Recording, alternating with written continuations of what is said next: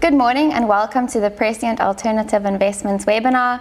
My name is Natalie and joining me today I have Michelle, Luzuko and Conway.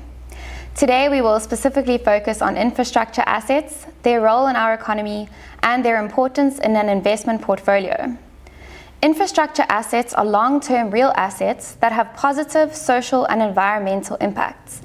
These assets have shown to be uncorrelated with general market assets and have inflation-beating potential, making them attractive for pension fund investors and investors with a longer-term horizon.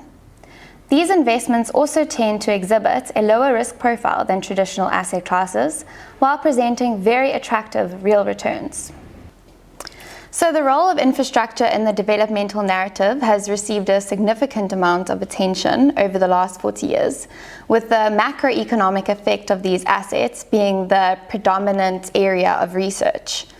And a key reason for this academic focus has been to determine the influence of infrastructure on income equality, poverty, and unemployment, given their importance in a human context.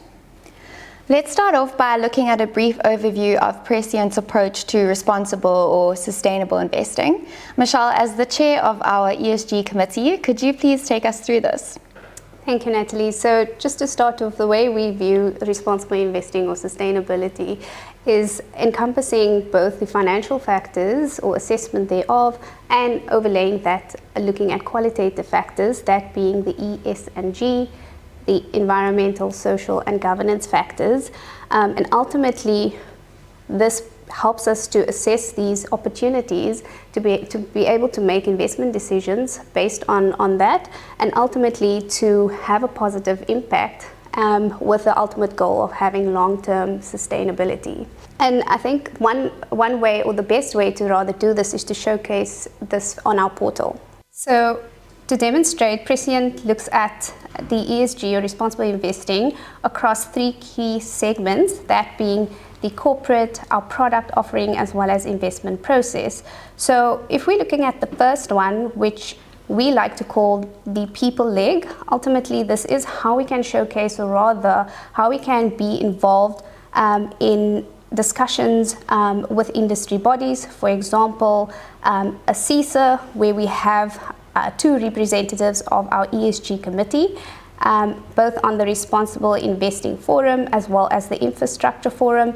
We also signatories to the UNPRI, which is a Responsible Investing Guidelines, as well as abide by the CRISA Code. Another way in which we try and bring about change is also through our foundation, where we actually allocate a percentage of our profits to this initiative to uplift communities either through education, learning, skills, work readiness, where we also have a graduate program, for example, and have successfully employed young individuals into roles in our investment team.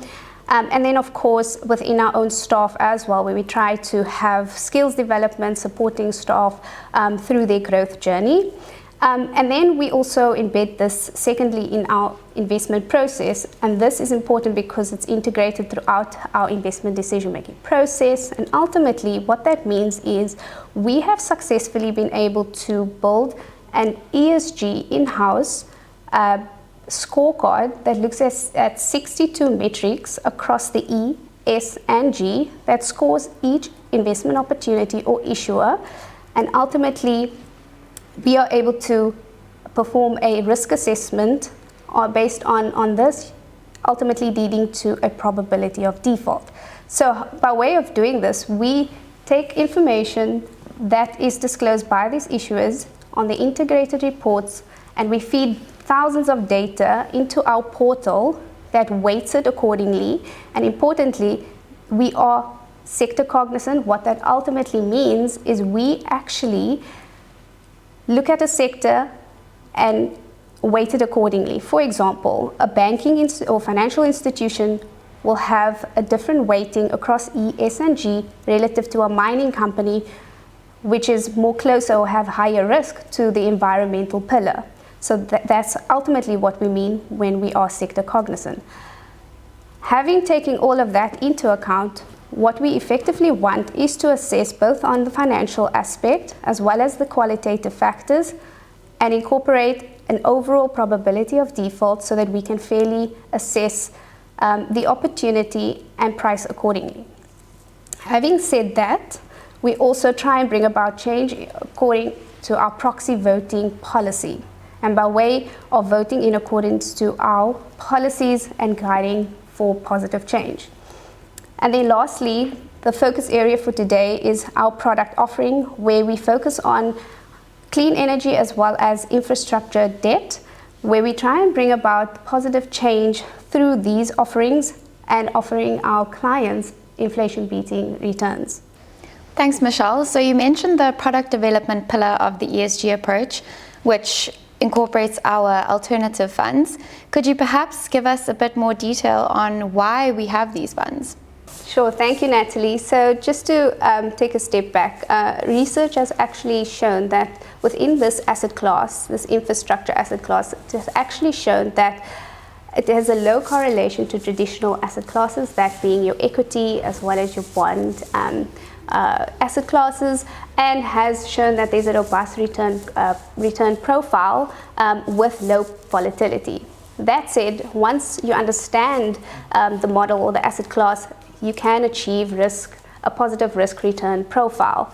And by saying that, and it's also, Moody's has proven this through their research, is that infrastructure, in fact, has showcased a lower probability of default relative to developed markets, as well as a better recovery. Having said that, I think in the South African context, one can see that we are struggling with reliable as well as reliable clean energy. And we are at the back foot of infrastructure spend. And research has actually in fact shown that about 4.8 trillion rand in 2030, there will be an investment infrastructure gap. And so this speaks to the significant opportunity that us as investors can play to accelerate plans such as the National Development Plan, which also has a 2030 vision, ultimately aiming to alleviate poverty and better standard of living for individuals within South Africa, but also to reduce inequalities within South Africa.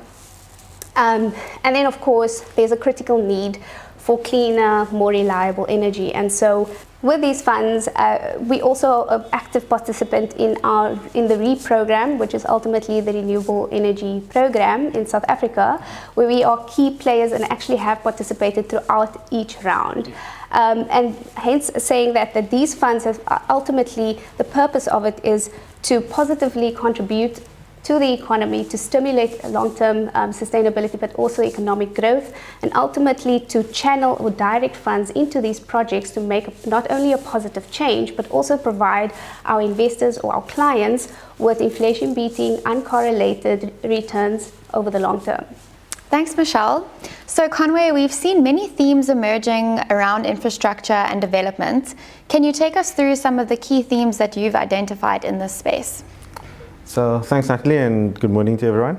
So I think the first thing to talk about when we try to identify themes is which sort of deal opportunities are presented to us or that we go out and originate. And the second thing is what are the needs of the economy. So I'm going to park the second part for now. It's just more to discuss the deals and the opportunities that we are seeing.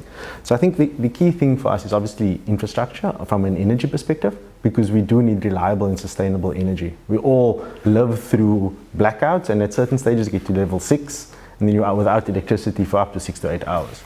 So it is the ability to not only move from coal to renewable sources, but also get that sustainable, reliable type energy through various initiatives. So we started off initially with wind and solar, and now we're actually maturing to where we can have storage and the likes. So that is very important for us. The second theme that we are seeing is storage and transportation. So if you can understand the ability for somebody coming from the outskirts to the city center to actually get to their jobs, you can understand why the importance of transportation is and why it's a focus for us. And then similarly for storage, right? So we want to be able to improve connectivity, not only from an ICT perspective, but also from people getting to work and moving back to work. The final one is obviously water and sanitation. We have a big problem in South Africa with the quality of water and also the availability of water. So all of these type of opportunities keep being presented to us, And again, we are mining all of our networks and opportunities to make sure that we can invest in those opportunities. So that, as Michelle said, we can improve the lives of the man on the street while actually earning commercial returns for our clients. Thanks, Conway. So there are obviously huge economic and social benefits to all of the initiatives that you've mentioned. So Luzuko, maybe you can take us through why they are so important. Yeah.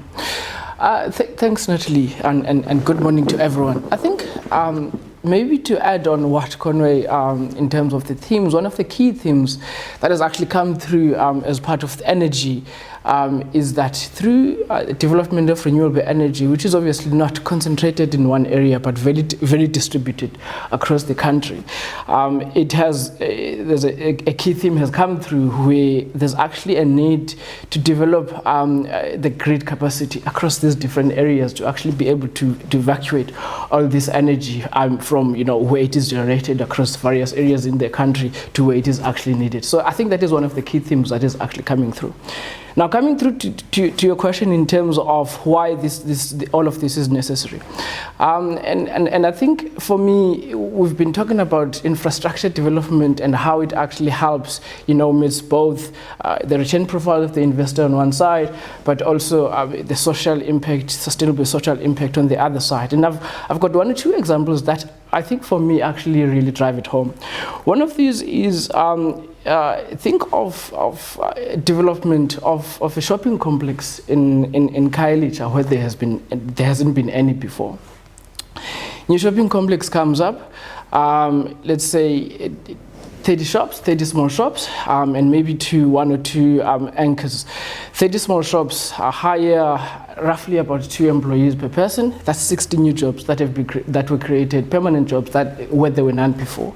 And the 2 anchors, because they're big anchors, they'll hire about 15 to 20 people. That creates about 40 new jobs, 40 new permanent jobs where there's been none before.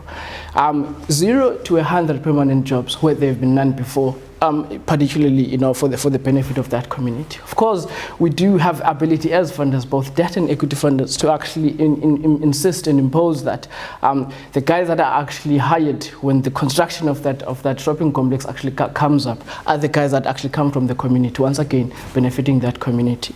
So we've got 100 jobs coming through, but also in terms of further benefits that actually transpire to the community. In addition to these new jobs, you've got the guys that actually work in these areas or in these shops now do not have to take a taxi and spend about 30% roughly of what they earn taking taxis to and from work every day. In addition, the guys that stay in the community or within that area do not have to take 2 taxis, taxi from home to the taxi rank, from the taxi rank to town and back. Trying to get groceries. They can only take 1 taxi. In some instances, do not actually have to take a taxi. All of this actually means that better spending income, more and better spending income to each household, and an improvement of everybody's quality of household. And that for me shows the ability to drive sustainability, social impact, but also while driving returns for our investors, meeting those sort of quite perfectly in midway.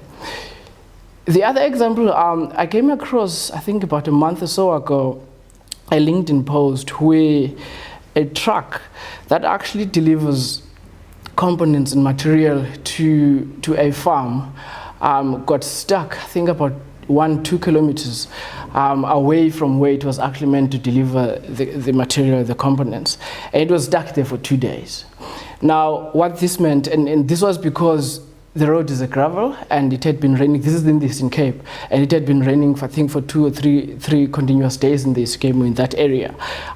What this particularly means is that road obviously gets damaged, and you cannot move. No cars can get in or out when it has been raining for that period. Now we know firstly that is going to happen a lot more because of climate change. We've seen it happen. Secondly, without those trucks coming in and out, it means that those farms cannot receive the material that they need to go on with their business, but also they cannot meet their own obligations. These farms, in fact, there's one particular farm that actually delivers milk and supplies milk to Clover. This means that Clover's supply route is actually affected by this. Now, what is the solution that you can offer there? You can have the farms club up, right? All the various farms that are affected by the road, have them club up, have them appoint someone to actually develop this road and maintain it, and they can repay, the developer through a tolling mechanism over 12, 15 years. That actually works, because what it does, it leaves the farm to do their operations. They do their co-operations, have an operator that actually delivers the road and actually maintains the road for 12, 15 years. In South Africa, I think my colleagues have indicated earlier that infrastructure is actually getting worse, and we're seeing this, we're living through this on an everyday basis. As a result, the options are usually either that or there is no road. And we know that when there is no road, there is no trade. When there is no trade, there are no jobs, right? So you can see once again the benefit on both sides, right? You fund the guy that develops the road because they have the skill, they have the expertise, they've done this in South Africa and in other areas, right? So they actually have the expertise and they know that particular area. Once again, you can insist that during the construction of this road, you employ guys that actually come from this area, right? You upskill them, you leave them, when you've done construction, you leave them with the skill that they themselves can actually take, to other areas. This sort of mechanism, this plug and play, this template has worked very well in the renewable energy program, generally referred to as RIP, and I think more and more of it being applied across various sectors in the country is actually really going to give us what we need from an infrastructure point of view, but also from delivering returns to our investors as funders, debt, equity funders onto these various projects and into across infrastructure. Thanks, Luzuko. Those are some really interesting examples that you've given there. And looking specifically at the South African context, what are some of the key themes that we're seeing more prevalent here? From a challenges point of view, I think one of the most consistent one comes through from funding. And funding in across three phases really. One of them being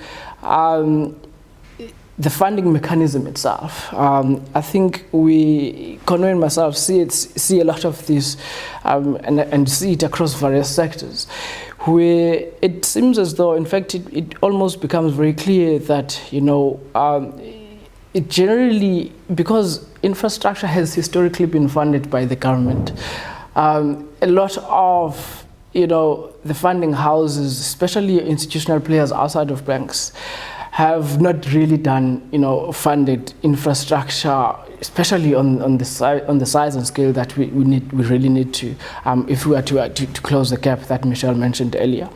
And you can see, a lot of these funds then see a lot of risk. Only risk without return, right? And this obviously drives a lot of nervousness and a lot of trepidation in the market, because there is a general lack of understanding of how these projects, how the risks are actually attributed, how the risks are actually mitigated, right? How the funders at the back end actually receive their money.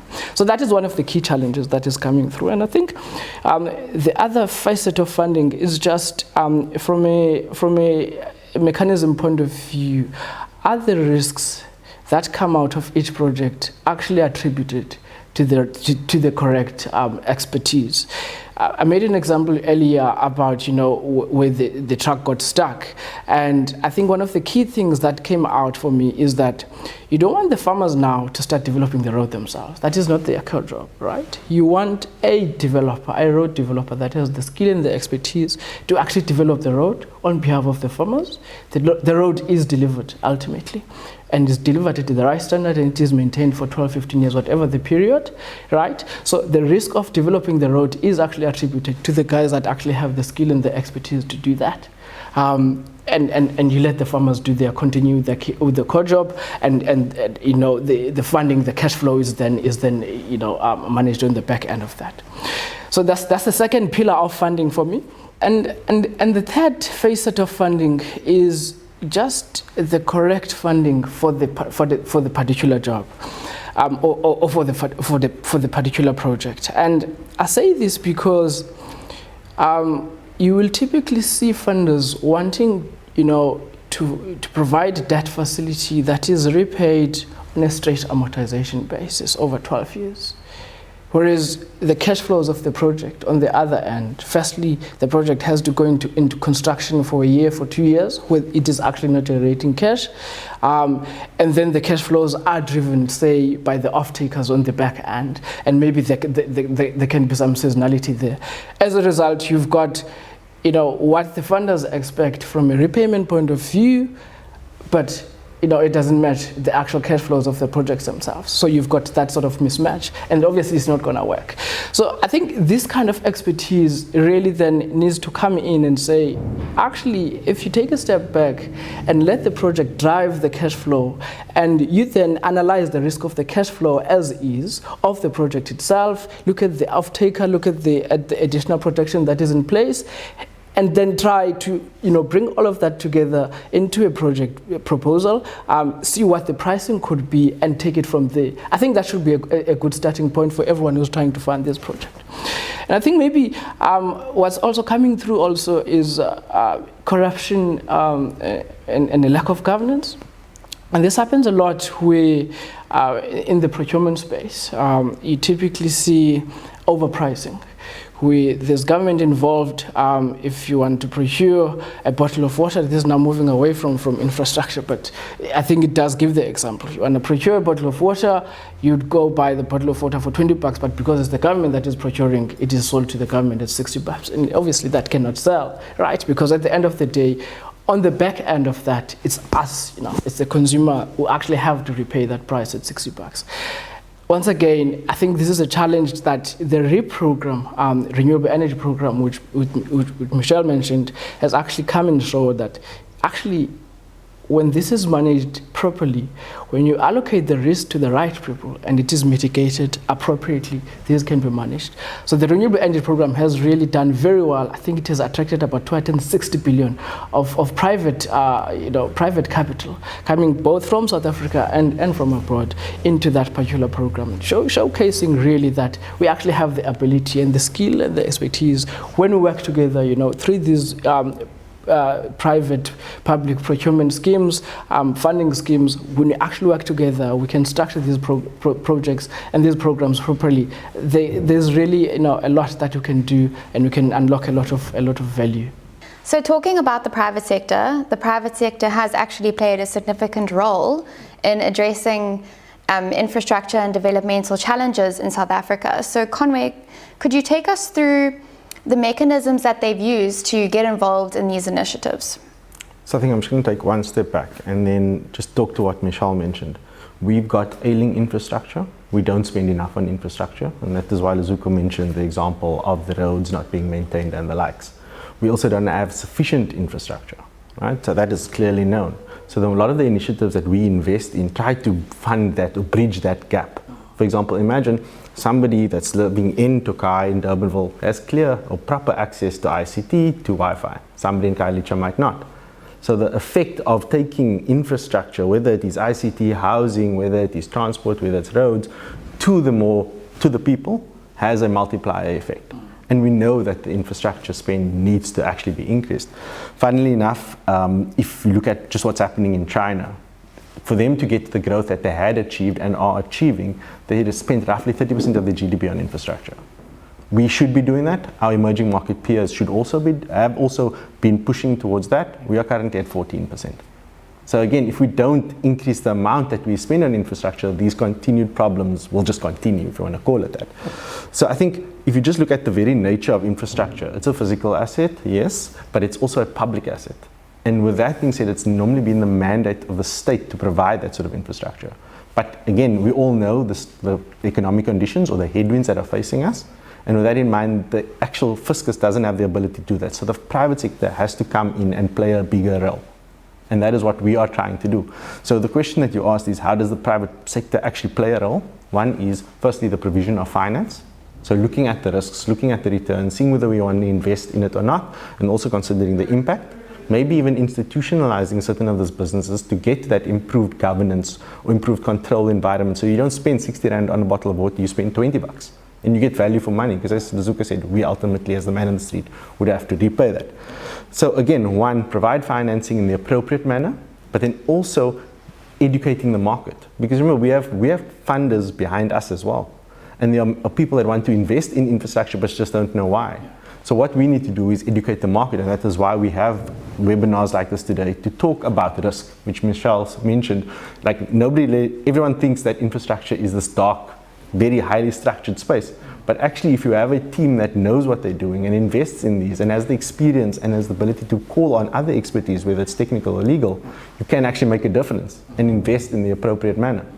So again, then the last one is, while we're educating the market, also collaborating with the fiscus, with government, with all of international DFIs and local players, so that we together can pull in the right direction and make sure that we actually make a dent in the infrastructure actual deficit that Michelle mentioned. So if you just think of it, it's a multi-trillion rand deficit over the next 10 years that needs to be met, and the fiscus is constrained. If we can play our role, bring people along on the journey, explain risk, explain liquidity, explain how infrastructure works, talk to the correlation with the traditional asset classes, you can actually see that this is a viable asset class and an asset class that can make a meaningful difference without foregoing returns to clients. So we are also doing our part here at Prescient with our two infrastructure funds that Michelle mentioned earlier, the Prescient Clean Energy Fund and the Prescient Infrastructure Debt Fund. So maybe we can just chat about those two funds in a little bit more detail. Okay, yeah, so I'll talk about the Clean Energy Fund. It is a debt fund that has been in operation since September 2015. It's currently sized at about 3.7 billion, and it invests almost narrowly in clean energy. It has participated in every renewable energy bid window thus far. Maybe except for the risk mitigation, but once again, I think there hasn't really been a lot going on the risk mitigation fund. So it's a debt fund. It's open-ended in nature. It's I think it has consistently outperformed the benchmark, which is CPI plus 4.5 on a gross basis, and we do not have any reason to believe that that is not going to be the case going forward. It invests in clean energy. We do believe that there's a lot of, I think, pathway in the next 5 years in terms of clean energy in the country. We're currently going through load shedding, which obviously talks to a lack of insufficient energy in the country. So that's one opportunity coming through from the RIP program, which is obviously government driven, but also from the private player program, where private players, a lot of the miners are doing this, are actually developing their own plants, wind, solar PV plants, to actually power some of their operations. We call it private PPA. We do play in that space as well. There's also the battery energy storage program, which is coming up. I think the first RFP or request for procurement is out for about 513 megawatts. We're looking at that as well. It hasn't closed yet. I think the awards are going to be made in September or so. There and thereabout. So also looking at participating in that. So I think that particular fund has seen strong growth over the past 2 years, and we believe that there is a lot more growth that is going to come through from that fund, just in terms of its size, but also in terms of opportunity.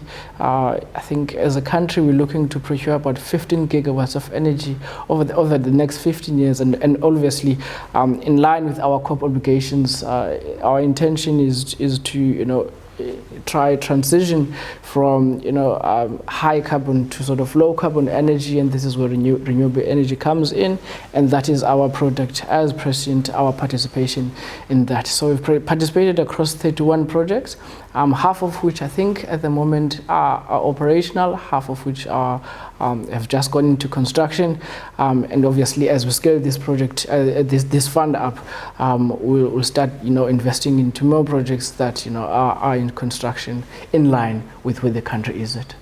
Thank you, Luzuko. So just to touch on our infrastructure debt fund, which was launched in 2021, the fund currently manages 1.1 billion rand in assets, and what's quite key is, whilst the Clean Energy Fund is quite focused on renewable type energy projects, The infrastructure debt fund here has a broader mandate. Ultimately, it can invest across various sectors, whether it be water, sanitation, affordable housing, even facilitating, SMMEs, which is the small medium enterprises, so facilitating business growth within that sector, even healthcare, education. So it has a broader mandate in terms of what we can invest in, and through this vehicle, we are able to provide our investors inaccessible infrastructure assets and still provide a return over and above that, and at the same time provide a responsible investing vehicle that also allows us to have a positive impact and long-term sustainability overall. So I think if I can just go to our portal just to showcase the actual fund and what underlines in the actual fund. So as you can see, this is a breakdown of just the overview of the SDGs, which is ultimately developmental goals. And what this fund is trying to achieve, not only does these investments need to meet two important criteria. One, it needs to meet the infrastructure definition, and two, it needs to be aligned with at least one SDG. So demonstrated in this pie chart over here, you can see that the majority of the instruments, or rather investments, is across various SDGs. So what we've chosen here is just primary SDGs. However, it can touch on a number.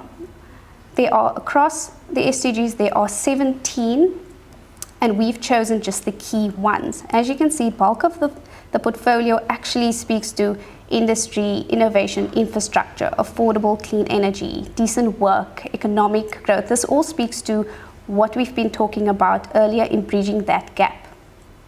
Having said that, the fund is also made up majority of operational projects relative to construction. And again, bulk of that sits within the innovation and infrastructure space, who my colleague Conway will touch on in just a bit.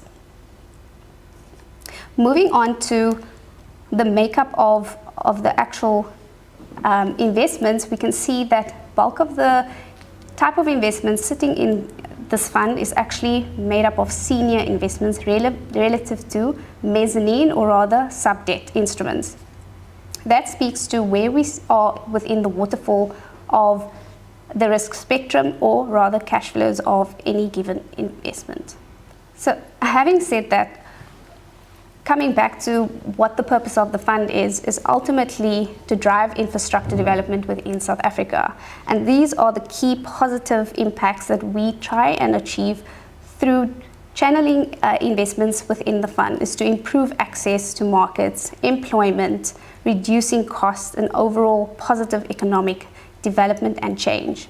That being said, we can then focus on what this fund has been able to achieve over the last since inception rather. As you can see, the fund has actually outperformed its benchmark, being 3-month JIBAR plus 3% since 2021. That going back to what we said earlier, to the point where it's uncorrelated to both equity markets but also the bond market.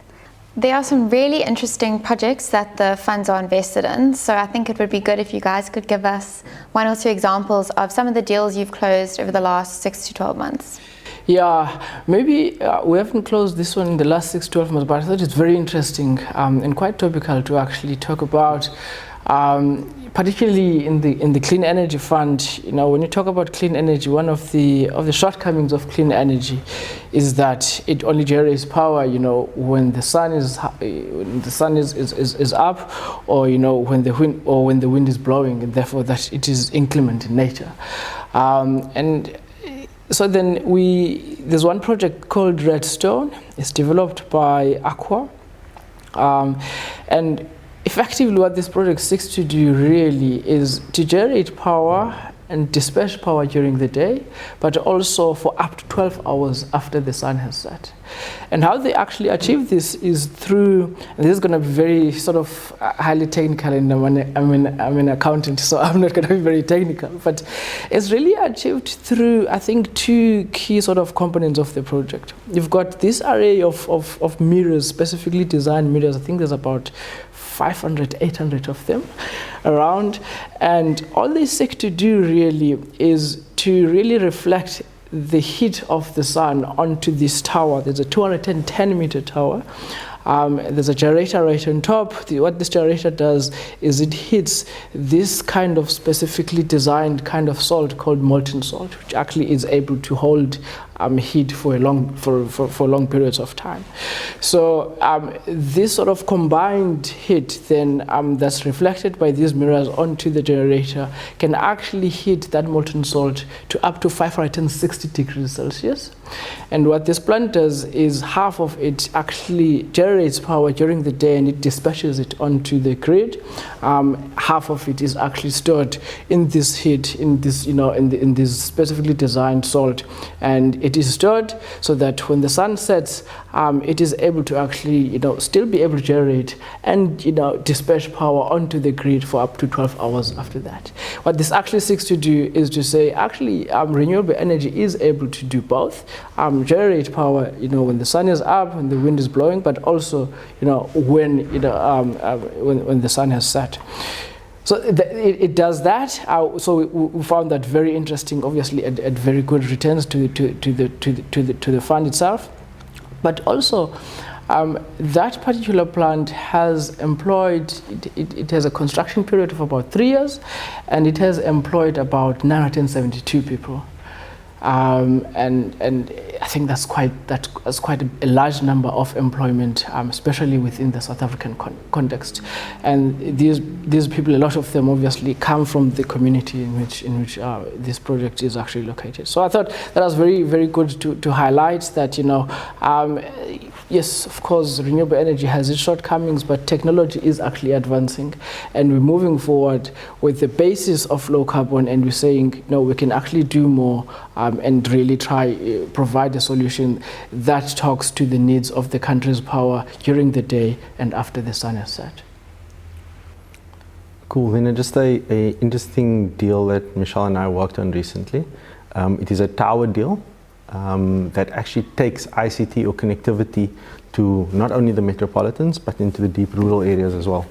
So what it simply means is, instead of a MNO, which is Telkom, MTN or Vodacom, going and do it, you've got an operator, which is a local player, South African player, that goes out, does feasibility studies, checks if the land can actually be used, if there are no attachments and the likes, and then puts up a tower and then allows the MNO to come and connect and bring connectivity to a rural area.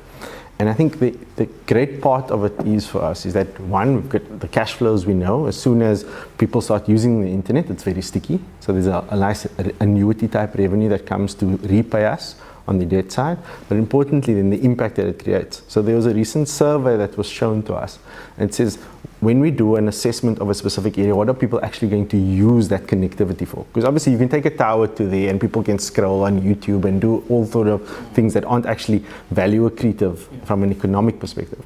It was actually showing that about 60% of the people would be able to work from home. And just think of it, now if the average person spends 30% of their paycheck on fuel or on taxis, that's already a saving. Second part is it allows people to start their own businesses in an area. Connectivity actually drives that.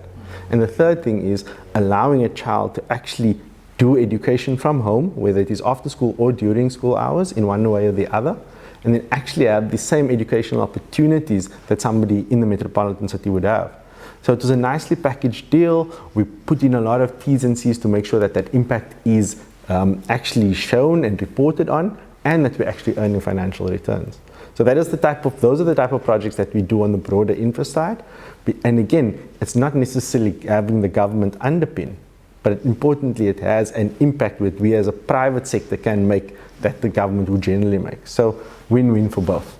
And these are opportunities that we're obviously very passionate about, because a lot of these are in the communities that Luzuko, myself, or Michelle are from.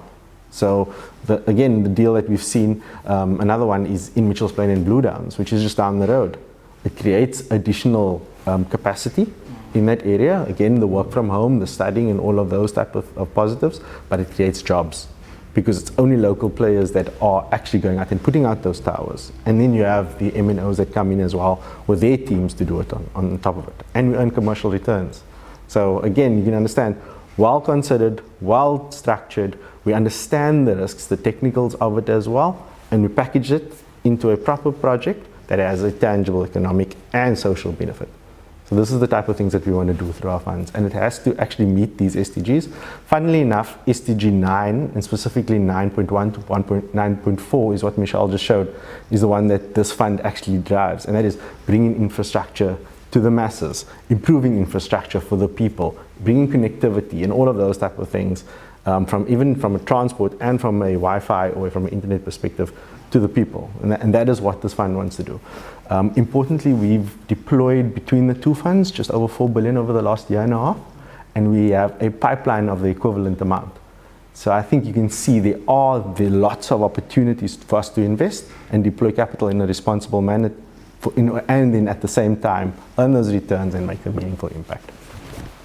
So with both of the projects you mentioned, and I'm sure with the rest of them, there's such a focus on a meaningful, positive impact on society. But then this question comes up a lot in terms of impact or infrastructure funds. Are you foregoing returns in making an impact? Are the funds able to achieve inflation-beating returns for clients while still making an impact? Yeah. So there's two questions that we need to answer here. Is one on the infrastructure side. Are there actually enough projects to actually invest in, and are the returns still there that actually allows us to meet our benchmarks? And then the second one is, which Luzuko can probably touch on, is where an asset class matures, there is a natural, compression in spread. So are there again enough opportunities, for example, in the renewable energy space, for us to meet our mandate? And our mandate benchmark is actually quite austere. It's CPI plus 4.5. And we've done it over all periods for the Clean Energy Fund and the Infrastructure Fund. Since inception in 2021, we've beat our benchmark.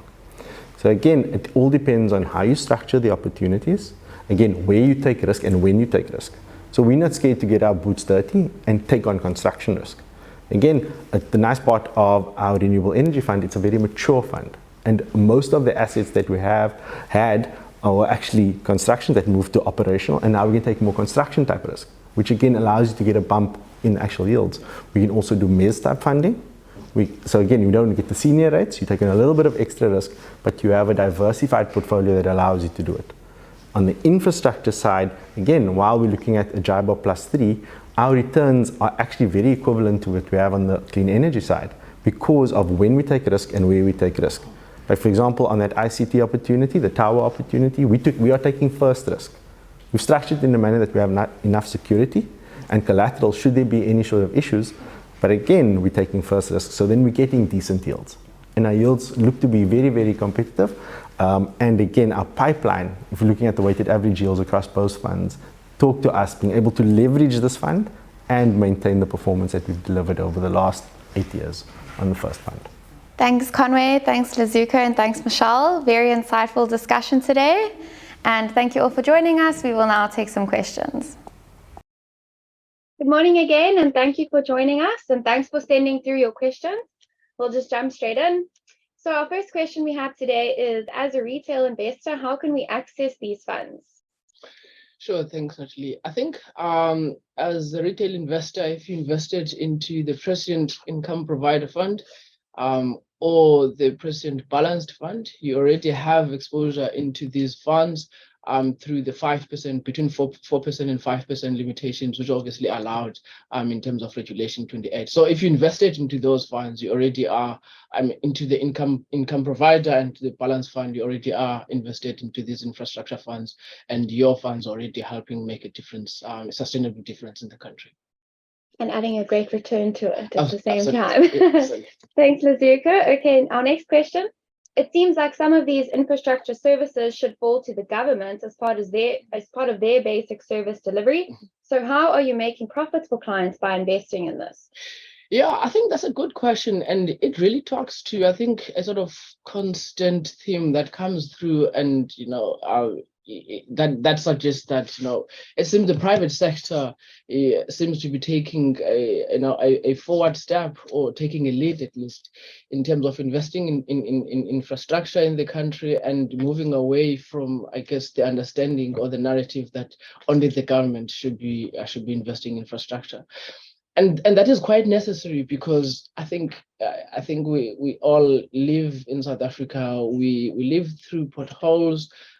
We live through lack of generation capacity, general infrastructure decay. We're all seeing these things, and the government is obviously, it's still there. And what is clear is that as a private sector, we bring expertise, we bring capital, we bring governance, and we're actually there to make sure that things are getting done. And I think evidence of this is through the renewable energy program, for example, that has, I think, since inception, has attracted more than 250 billion ZAR of almost exclusively, foreign direct investment into the country, and that has helped generate, or I suppose bring some energy into the country, renewable energy into the country.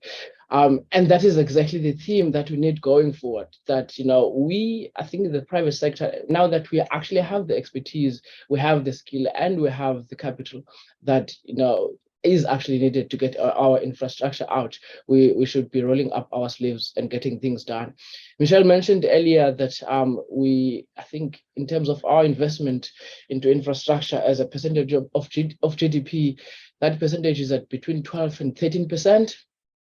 And clearly, that has delivered the type of economic growth, GDP growth that we've seen, which has hovered at around 1%.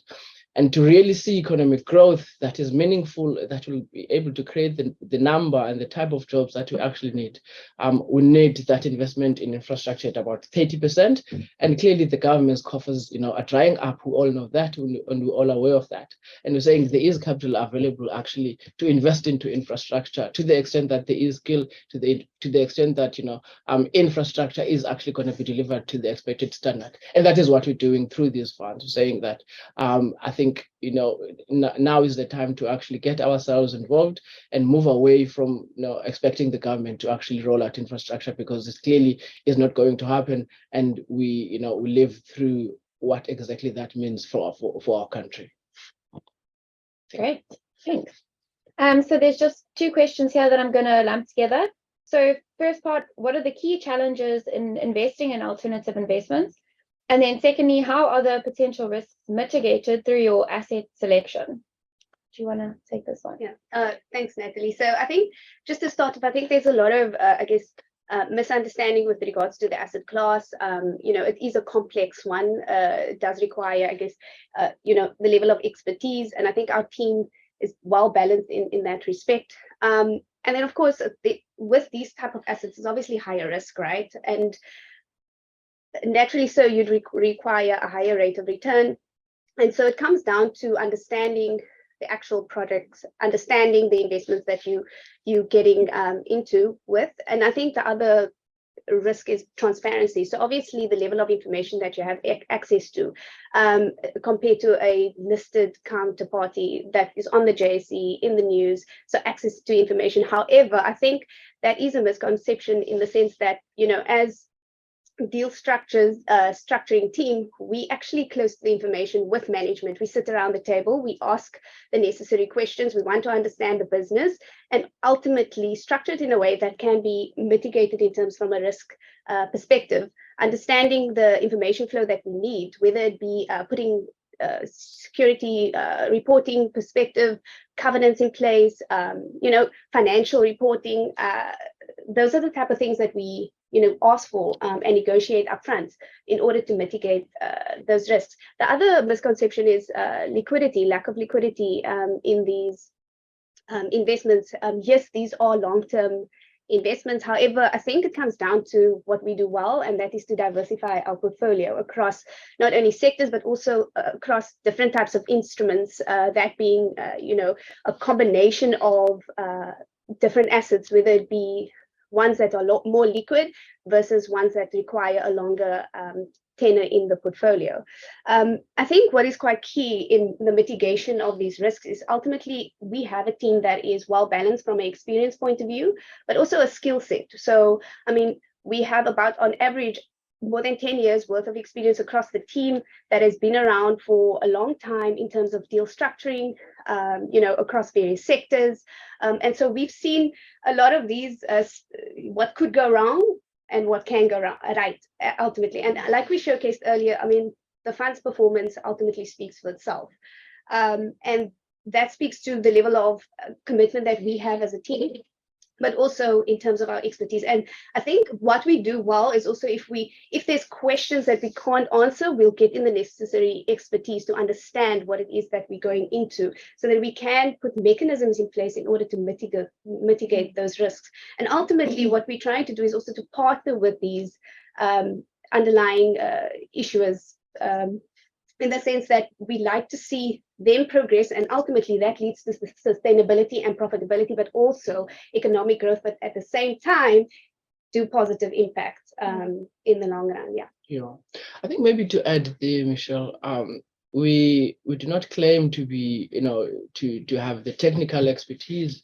We certainly are not engineers. So we invest into infrastructure. I talk about renewable energy a lot. So we certainly are not engineers. There are engineers that are, that are employed for and on behalf of lenders that actually do the engineering work, and they obviously report to us as lenders, as they have a care of duty to us as lenders. And those are the guys, that we actually rely on from an engineering point of view and from a legal point of view. So we are financial guys, we financial transactions, and that is where our expertise lies, and that is very clear from our point of view.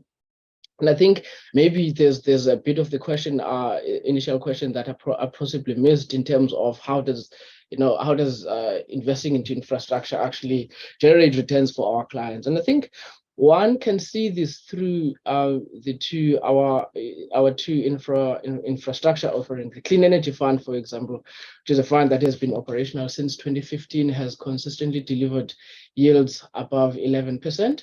And if you say that, if you assume that inflation over the same period has hovered around 6%, that means that that fund has actually delivered returns of CPI plus 5.5, CPI plus 6 on RAF, and that gives you obviously 6% real returns. If you look at the infrastructure, our latest offering, our infrastructure debt fund, for example, currently yielding about 12.64%. And once again, if you assume inflation of 6%, that's once again CPI plus 6 and plus 6.6, for example. So I think that shows clear ability to actually generate returns while living and generating sustainable impact on the ground. And that is exactly what we're trying to achieve. Thanks, Luzuko, and thank you, Michelle. We hope you enjoyed that and have a great day further.